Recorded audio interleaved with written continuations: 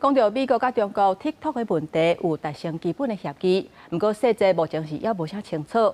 敢若知影讲会保留中国的特色，然而美国则表示讲，因并无要意感受中国的特色，因的重点是国家安全，而且这礼拜五双方都会确认相关的细节。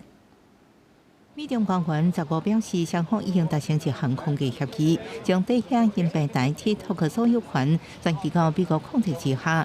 协议有保留中方重视 TikTok 文化元素。美国财政部长贝森特表示，中国要以中国特色，因为这是一种软实力。美国要的是国安问题。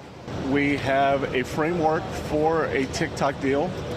The two leaders, President Trump and Party Chair Xi, will speak on Friday to complete the deal. 中国表示，双方用合作方式妥善解决 TikTok 相关的问题，减少投资障碍，促进经贸达成基本空气共识。这个用词甲美方的用词有小可不同。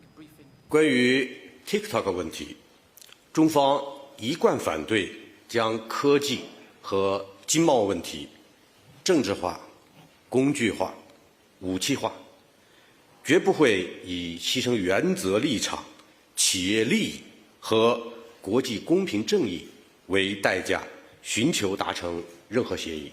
这长期坚持紧张的美中贸易谈判内底，这摆 TikTok 算是真少看到有进展的协议。双方一直想要化解一场扰乱全球市场的贸易战。美国政府要求 TikTok 爱伫这个月17以前完成，遵照美国控制所有权的安排。啊，若无伫美国可能落地或者是封锁。